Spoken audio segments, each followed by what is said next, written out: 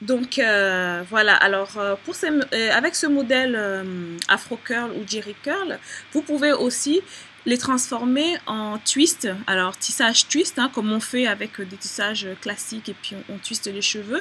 Mais ça, c'est aussi très intéressant parce que si vous aimez les cheveux tressés ou vous avez envie d'avoir des cheveux nattés, c'est super parce que ça vous fait gagner du temps. Alors en fait, vous devez donner ça à la coiffeuse ou bien vous le faites vous-même, vous les twistez mèche par mèche comme ça, voilà, à la maison. Et ensuite vous les posez comme tissage et ça vous évite en fait d'avoir à trop peigner les cheveux ou bien devoir faire l'entretien hebdomadaire.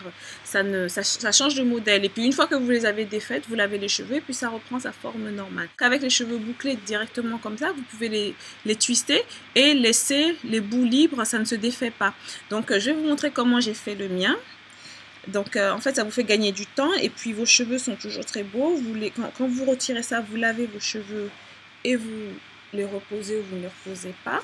Alors nous avons posé, regardez là, en tissage, il reste encore 2 lignes à mettre. Donc nous avons posé les cheveux jusqu'ici et pour les cheveux du front, nous avons utilisé les mèches classiques expression ou bien les mèches qui sont résistants à la chaleur là pour faire des twists sur la tête.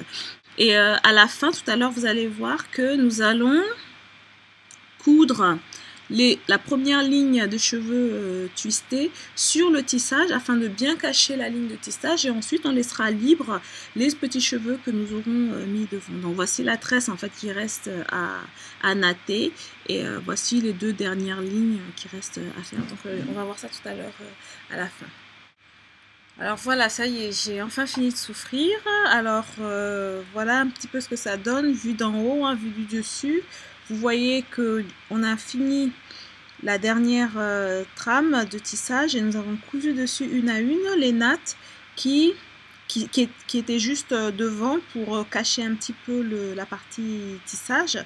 Et nous avons terminé les nattes twistées sur le front. Donc quand on regarde comme ça de près, c'est un petit peu bizarre, mais en fait de loin et lorsqu'on arrange un petit peu la chevelure, ça se voit pas du tout, c'est très discret.